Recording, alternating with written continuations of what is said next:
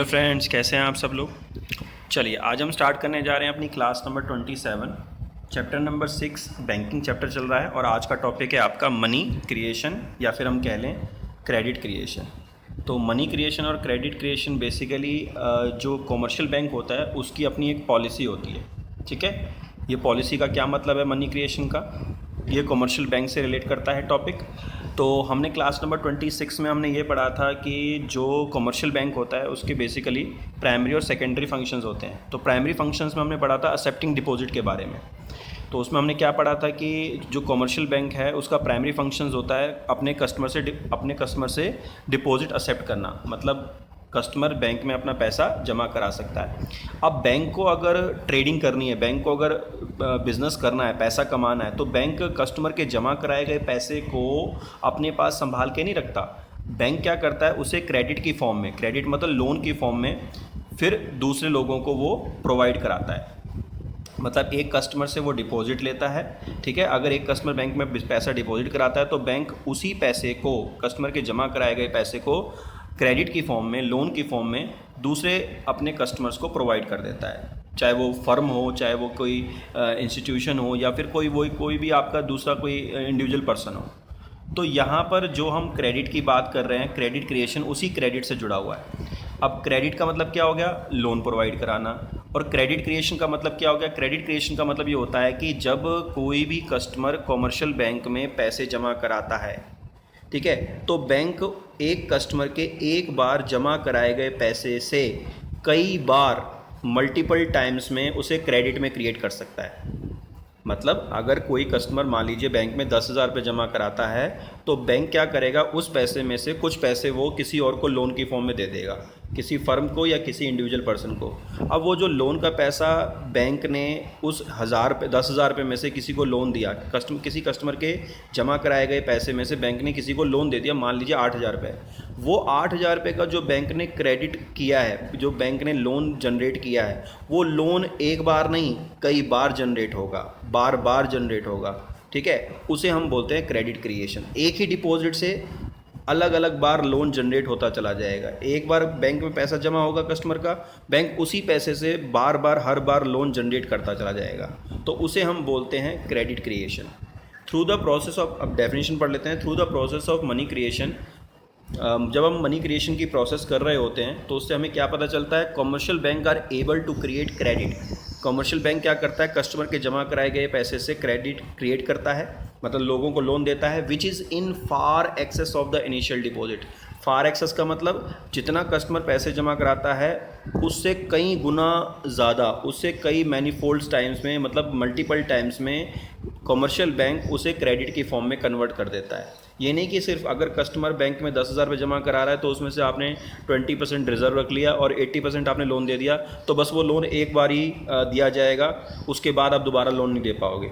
वो loan multiple time में आपका बार बार दिया जाएगा। वही एक 8,000 रुपये का जो अमाउंट होगा उसी से दोबारा लोन जनरेट हो जाएगा, फिर वो दोबारा से रिकवरी होगी, फिर दोबारा से लोन जनरेट हो जाएगा। तो इसका मतलब जब कोई भी कस्टमर बैंक में पैसे जमा कराता है तो बैंक उसके एक बार जमा कराए गए पैसे को मल्टीपल टाइम में लोन में कन्वर्ट कर देता है, जिसे हम क्रेडिट क्रिएशन बोलते हैं। तो इसमें कुछ बातें हम पढ़ लेते हैं। जैसे पहला पॉइंट इसमें दिया हुआ है, रेड पेन से मैंने लिखा हुआ है, the deposits held by bank are used for giving loan. Bank में जब भी कोई पैसा कस्टमर जमा कराता है तो बैंक उस पैसे को लोन की फॉर्म में दूसरे लोगों को दे देता है, वो फर्म और इंडिविजुअल भी हो सकते हैं। Bank can not use the whole of deposit for lending. जब भी कोई कस्टमर बैंक में पैसे जमा कराता है तो बैंक उस कस्टमर के जमा कराए गए सारे पैसे को लोन की फॉर्म में लोगों को नहीं दे सकता। उसे कुछ पार्ट 10%, 15, 20% आरबीआई के अकॉर्डिंग, गाइडलाइन के अकॉर्डिंग उसे रिजर्व की फॉर्म में रखना पड़ता है, जो हम ऑलरेडी पढ़ चुके थे अपना जब हमने measurement of excess demand and deficient demand वाला क्लास पढ़ी थी, तो वहाँ पर हमने सीआरआर और एसएलआर के बारे में पढ़ा था। तो कैश रिजर्व रेशो और स्टैट्यूटरी लिक्विडिटी रेशो, ये दो रेशो ऐसे होते हैं जो कस्टमर के जमा कराए गए पैसे में से कुछ पैसा बैंक को आरबीआई के पास और कुछ पैसा अपने पास बचा के रखना होता है। तो इट इज़ लीगली कंपल्सरी, और ये कानूनी तौर पर कंपल्सरी होता है फॉर बैंक, सभी कॉमर्शियल बैंक के लिए, to keep certain minimum fraction of their deposit. जो जमा कराए गए कस्टमर के पैसे हैं उसमें से कुछ पैसे बैंक को अपने पास रखने होते हैं बचाकर, एज अ रिज़र्व की फॉर्म में, कॉल्ड लीगल रिजर्व रेशो, जिसको हम लीगल रिजर्व रेशो बोलते हैं। और इसका जो परसेंटेज अमाउंट होता है वो कस्टमर के जमा कराए गए पैसे का 15 से लेकर 22 या 23% के बीच तक होता है। 17 हो जाता है, कभी 18% हो जाता है। दो रेशो होते हैं, एक CRR होता है, एक SLR होता है। तो फिक्स्ड बाय द, और ये फिक्स कौन करता है? RBI इसे फिक्स करता है। अब हमने ये देखना है कि किस तरीके से कस्टमर के जमा कराए गए पैसे को, एक बार जमा कराए गए कस्टमर के पैसे को बैंक उसे कितनी बार मल्टीपल टाइम में लोन में कन्वर्ट कर सकता है। तो देखिए, जैसे स्टार्टिंग में मान लीजिए कस्टमर ने बैंक में इनिशियल डिपॉजिट कराया। चलिए अब हम पढ़ेंगे मनी क्रिएशन की प्रोसेस के बारे में कि मनी क्रिएशन की वर्किंग कैसे होती है, कैसे वो money creation, credit creation bank use करता है कस्टमर के जमा कराए गए पैसे से। तो चलिए, जैसे मान लीजिए कस्टमर ने बैंक में 1000 रुपये जमा कराए, ठीक है। तो उसमें से सबसे पहले बैंक को क्या करना पड़ेगा? लीगल रिजर्व रेशो मेंटेन करना पड़ेगा। मतलब कस्टमर के जमा कराए गए पैसे में से कुछ पैसे RBI के अकॉर्डिंग उसे अपने पास संभाल के रखने पड़ेंगे। मान लीजिए उसका जो रेशो है वो 20% है। मान लीजिए एग्जांपल के तौर पर हमने रेशो ले लिया 20%। तो मान लीजिए कस्टमर ने अगर बैंक में 1000 रुपये जमा कराए हैं और 20% बैंक को अपने पास संभाल के रखना है बैंक में ही, तो कितना बैंक रखेगा पैसे? 200 रुपये। बैंक ने 20% रिजर्व मेंटेन करके 800 रुपीज़ का लोन दे दिया। जब वो 800 रुपीज़ का लोन बैंक ने दिया, तो जब वो लोन एक समय के बाद, 1 साल या 2 साल के बाद बैंक ने जब उसे रिकवर कर लिया, तो वो दोबारा से बैंक के पास वो पैसा आ गया, तो वो बैंक की क्या बन गई? डिपॉजिट बन गई। इस तरीके से जब वो लोन का पैसा रिकवर हो जाएगा और बैंक के पास दोबारा आ जाएगा, बैंक फिर क्या करेगा? RBI के अकॉर्डिंग दोबारा से वो 20% रेशो मेंटेन करेगा और 80% क्या दे देगा? लोन दे देगा। तो इस तरीके से ये राउंड 1 के बाद दोबारा से फिर वो आपका जो 640 रुपीज़ आपने लोन दिया है वो दोबारा से बैंक के पास रिकवर हो जाएगा। तो ये रिकवरी होती रहेगी और बैंक उसे रिकवरी को डिपॉजिट में कन्वर्ट करके फिर दोबारा से उसे लोन में कन्वर्ट कर देगा। इसका मतलब इनिशियली जो 1000 रुपीज़ कस्टमर ने जमा कराया था, बैंक उसे बार बार रिकवरी करके लोन की फॉर्म में देकर उसे रिकवर करके फिर डिपॉजिट में कन्वर्ट करके दोबारा से वो लोन क्रिएट करता रहेगा। कस्टमर का है 1000 रुपये, वही 1000 रुपये चल रहा है, यूज़ 1000 रुपये ही बैंक कर रहा है, उसी 1000 रुपये को यूज़ कर रहा है एक बार में ही, लेकिन उसे मल्टीपल टाइम में उसको क्रेडिट में क्रिएट कर रहा है। तो इसे हम बोलते हैं क्रेडिट क्रिएशन। अब ये जो कस्टमर का 1000 रुपये है, ये जो उसके राउंड्स चलते रहेंगे, रिकवरी होती रहेगी, लोन चलता रहेगा। ये लोन तब तक चलता रहेगा जब आपकी इनिशियल डिपॉजिट आपके रिज़र्व के अमाउंट के बराबर नहीं पहुंच जाती। मतलब जो आपका रिज़र्व का अमाउंट है ना, जब वो कस्टमर के इनिशियल डिपॉजिट के अमाउंट के बराबर नहीं पहुंच जाता, ये राउंड चलते रहेंगे। जैसे देखिए, लास्ट में आपका जो लीगल रिजर्व रेशो का कॉलम है उसमें अमाउंट लास्ट में 1000 रुपये आ गया। जब ये 1000 रुपये पे पहुँच जाएगा ना लीगल रिजर्व रेशो का अमाउंट इनिशियल डिपॉजिट का, जो कस्टमर ने 1000 रुपये जमा कराया है, तो समझ लीजिए आपका फिर जो पैसा है वो एग्जॉस्ट हो जाएगा कस्टमर ने जो जमा कराया। एग्जॉस्ट का मतलब कस्टमर का जमा कराया गया जो पैसा था, वो जो बार बार आप लोन कन्वर्ट कर रहे थे, वो बंद हो जाएगा, वो रुक जाएगा, 0 पे पहुंच जाएगा। तो यहाँ पर अब हम देखेंगे कि जब हमारा जो LRR का जो अमाउंट है, जब हमारा लीगल रिजर्व रेशो का जो अमाउंट है वो आपका इनिशियल डिपॉजिट अमाउंट के बराबर पहुँच जाएगा। अब जैसे मान लीजिए कि आप LRR वाले कॉलम में देखिए, यहाँ पर अमाउंट जो है वो आपका 1000 रुपीज़ पे पहुँच गया। जब ये 1000 रुपीज़ पे आ जाएगा ना, तो आपका इनिशियल डिपॉजिट अमाउंट के बराबर जब ये पहुँच जाएगा, तो आपका क्रेडिट क्रिएशन रुक जाएगा। अब यहाँ पर जो क्रेडिट क्रिएशन आपका कितना हुआ है, ठीक है, आपने कस्टमर का कितना पैसा यूज़ करके कितना क्रेडिट क्रिएट किया, अब ये पूरी टेबल आपसे एग्ज़ाम में बहुत लेंदी हो जाएगी, बहुत लॉन्ग प्रोसेस हो जाएगी। तो यहाँ पर हम क्या करते हैं, एक फार्मूला यूज़ करते हैं। उस फार्मूले को यूज़ करके हम डायरेक्टली निकाल सकते हैं कि कस्टमर ने बैंक में कितना पैसा जमा कराया और उससे हम कितना क्रेडिट क्रिएट कर सकते हैं, कितने मल्टीपल टाइम में हम लोन बार बार कस्टमर को दे सकते हैं, क्रेडिट क्रिएशन कर सकते हैं। और वो फार्मूला कहलाता है मनी मल्टीप्लायर। तो मनी मल्टीप्लायर हमें बताता है कि how much time the credit can be created from the initial deposit of the customer. चलिए, एक न्यूमेरिकल की हेल्प से अब हम समझने की कोशिश करते हैं कि किस तरीके से मनी मल्टीप्लायर जो होता है वो वर्क करता है और किस तरीके से बैंक क्रेडिट क्रिएशन करता है। ठीक है, कस्टमर के जमा कराए गए पैसे से बैंक कितनी बार क्रेडिट क्रिएट कर सकता है और मनी मल्टीप्लायर उसमें किस तरीके से रोल प्ले करता है। तो चलिए, जैसे मान लीजिए न्यूमेरिकल दिया हुआ है, पहला आपको calculate the value of total deposits. Total deposit का मतलब ये होता है कि कस्टमर के जमा कराए गए पैसे से बैंक कितना पैसा और बना सकता है, एंड क्रेडिट क्रिएशन, और उसमें से उस पैसे से कितना क्रेडिट क्रिएट कर सकता है। By bank if initial deposit by customer into bank was ₹20,000। अगर मान लीजिए किसी कस्टमर ने बैंक में 20,000 रुपये जमा कराए हैं और RBI ने ये बोला है बैंक को कि जितना पैसा कस्टमर बैंक में जमा कराएगा उसका 20% आपने पैसा सेव करके रखना है बैंक में ही, रिजर्व की फॉर्म में, लीगल रिजर्व रेशो की फॉर्म में। तो चलिए, टोटल डिपॉजिट बैंक कितना क्रिएट कर सकता है। टोटल डिपॉजिट का मतलब बैंक का मतलब ये है कि बैंक कितना पैसा अपने पास कमा सकता है उन्हीं 20,000 रुपये से। तो इनिशियल डिपॉजिट मान लीजिए आपका 20,000 रुपये है, तो टोटल डिपॉजिट क्रिएट करने का फॉर्मूला होता है initial deposit multiply by money multiplier. जितना पैसा कस्टमर ने बैंक में जमा कराया है, या तो आप वो टेबल को फॉलो कर सकते हैं जैसे मैंने अभी बताया था, राउंड 1 राउंड 2, वो थोड़ी लेंदी प्रोसेस हो जाती है। तो डायरेक्टली अगर आपको टोटल डिपॉजिट की वैल्यू निकालनी है तो initial deposit multiply by money multiplier. Initial deposit क्या होता है? जो कस्टमर ने स्टार्टिंग में बैंक में पैसा जमा कराया। मनी मल्टीप्लायर जो होता है वो डिपेंड करता है आपका लीगल रिजर्व रेशो के बेसिस पर। तो मान लीजिए मनी मल्टीप्लायर का जो फॉर्मूला होता है वो होता है 1/LRR। तो LRR कितना है क्वेश्चन में? 20%। तो आपका जो 1/LRR से 20% से वैल्यू निकल के आएगी वो 5 आ जाएगी। तो 20,000 को 5 से मल्टीप्लाई कर दीजिए तो टोटल आपका 1 लाख रुपीज़ आ जाएगा। इसका मतलब 20,000 रुपये से बैंक ने लोन लोगों को दे देकर 1 लाख रुपये टोटल बना लिया।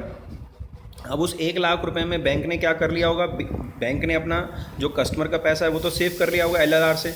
LRR कितना था आपका? 20%। तो 1 लाख का 20% बैंक ने तो पहले ही सेव कर लिया था। जब लोन दिया होगा तो बैंक ने क्या किया होगा? 80% लोन दिया होगा, 20% सेव कर लिया होगा। तो टोटल बैंक ने 20,000 रुपये तो बचा ही लिया कस्टमर का, और 20,000 से बैंक ने टोटल पैसा बना लिया 1 लाख। तो इसका मतलब बैंक ने टोटल क्रेडिट कितना क्रिएट किया? टोटल बैंक ने पैसा जो लोन के फॉर्म में कमाया वो कितना कमाया? 80,000 रुपये। तो बैंक ने टोटल 20,000 रुपये से 80,000 रुपये का लोन क्रिएट करके 1 लाख की टोटल डिपॉजिट बना ली, और उस 1 लाख में बैंक ने 20,000 रुपये बचा के रखे हुए हैं और 80,000 रुपये मार्केट में बैंक ने सर्कुलेट कर दिया लोन के फॉर्म में। तो ये आपका जो क्रेडिट क्रिएशन, ये क्रेडिट क्रिएशन का भी नीचे फॉर्मूला आप याद रखना। जो टोटल डिपॉजिट आपका अमाउंट निकल के आएगा उसमें से इनिशियल डिपॉजिट आपका हटा दो। इनिशियल डिपॉजिट का अमाउंट बिल्कुल जब आपकी पूरा 20,000 रुपये का क्रेडिट क्रिएशन हो जाएगा, बार बार जब आप लोन देते चले जाओगे, तो लास्ट में जो आपका जो इनिशियल डिपॉजिट होगा वो आपके लीगल रिजर्व रेशो के अमाउंट के बराबर आ जाएगा। ठीक है, तो यहाँ पर इनिशियल डिपॉजिट जो मैंने माइनस किया हुआ ये वही आपका लीगल रिजर्व रेशो का अमाउंट है जो बैंक ने बचा लिया होगा। तो टोटल बैंक ने 80,000 रुपये मार्केट में लोन की फॉर्म में क्रिएट किया, एक ही अमाउंट से 20,000 रुपये से। उसी अमाउंट से बार बार लोन क्रिएट किया 80,000 रुपये का। ये एक बार में क्रिएट नहीं होगा, ये बार बार जैसे जैसे लोन रिकवर होता चला जाएगा। 20,000 में से जैसे मान लीजिए आपने 16,000 रुपये लोन दे दिया, फिर वो 16,000 रिकवर होगा, फिर उसका जब रिकवर हो जाएगा फिर 80% लोन दे दोगे। तो वो आपका एक टेबल के जरिए आप निकाल सकते हो, और अगर वहाँ से नहीं निकाल सकते तो आप ये फॉर्मूला यूज़ करके भी निकाल सकते हो। अगला फॉर्मूला एक और न्यूमेरिकल देख लेते हैं। If the total deposit created by commercial bank is ₹12,000। मान लीजिए कि कमर्शियल बैंक ने कस्टमर के जमा कराए गए पैसे से 12,000 रुपये बना लिए। अब इसमें जो कस्टमर ने पैसे जमा कराए हैं वो इस न्यूमेरिकल में नहीं दिया हुआ।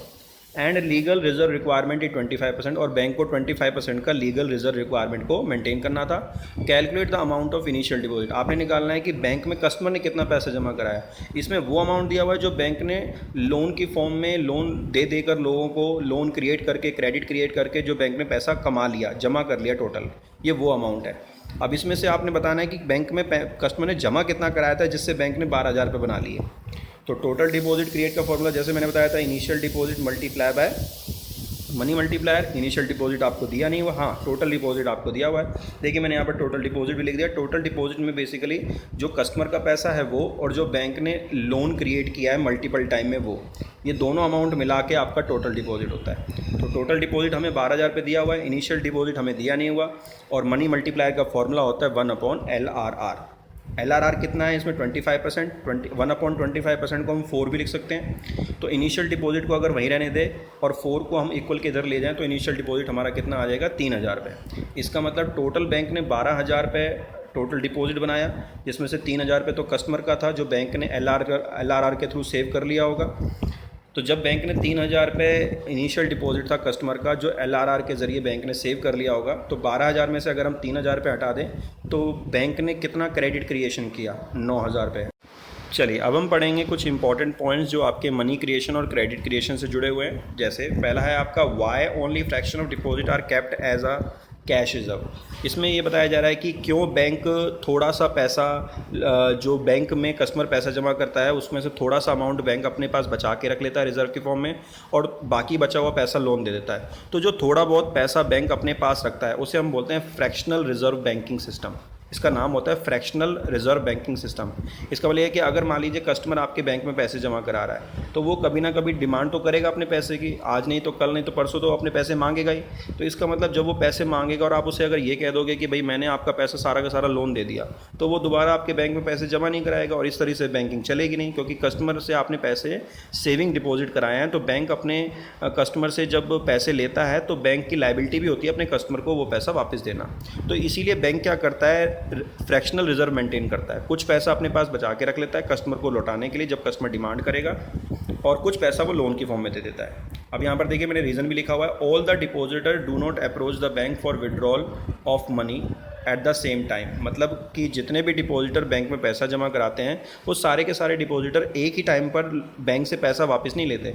अब मान लीजिए 100 कस्टमर बैंक के हैं तो 100 के 100 कस्टमर एक ही बार में पैसा नहीं निकालेंगे बैंक से, थोड़ा सा पैसा निकालेंगे। इसलिए बैंक फ्रैक्शन में अमाउंट रखता है, फ्रैक्शन में रखता है, इसीलिए फ्रैक्शन में रखता है ताकि जो कस्टमर है उनकी नीड पूरी हो सके। जब कस्टमर पैसा मांगे तो उसको हम पैसा उसका डिपॉजिट वाला वापस दे सके।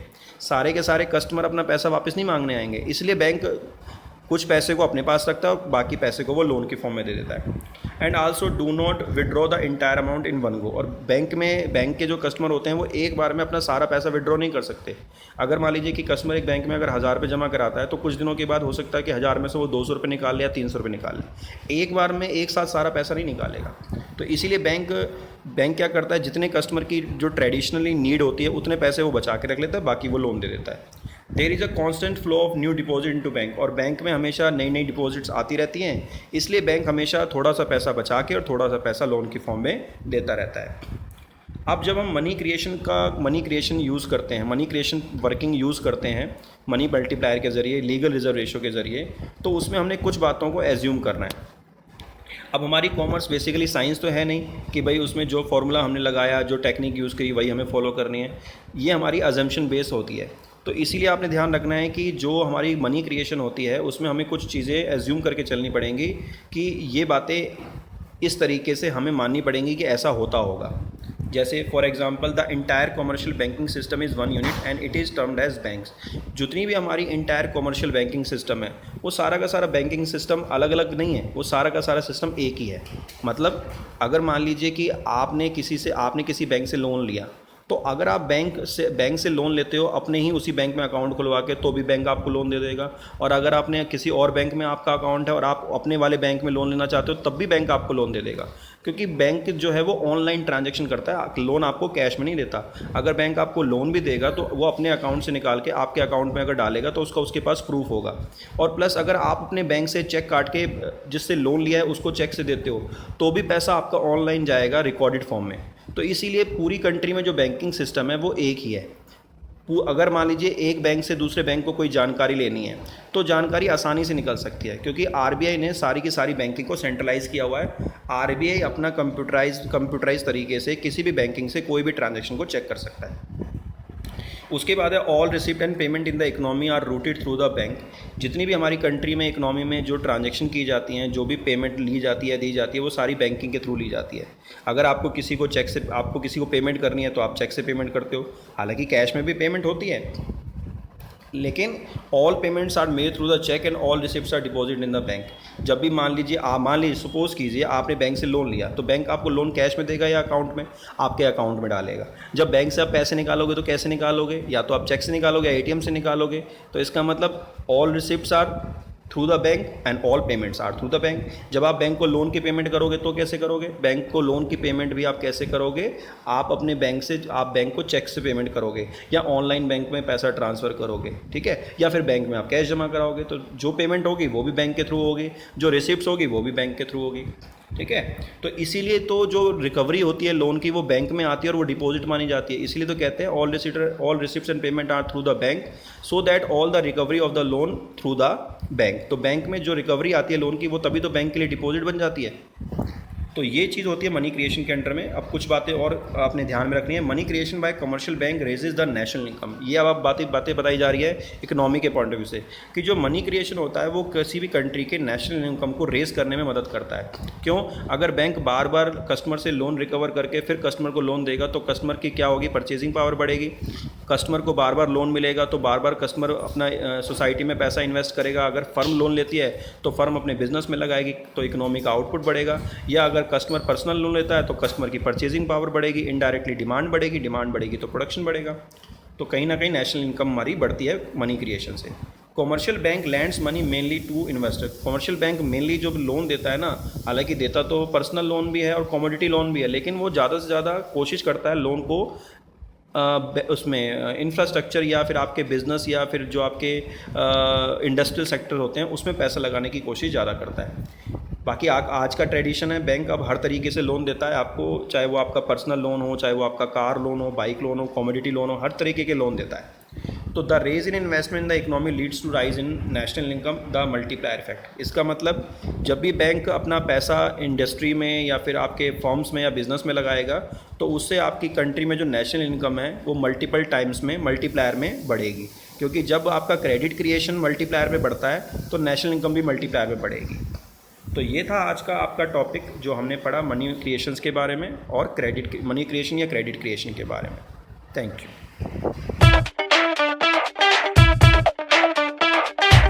Subscribe now and press the bell icon. Never miss an update.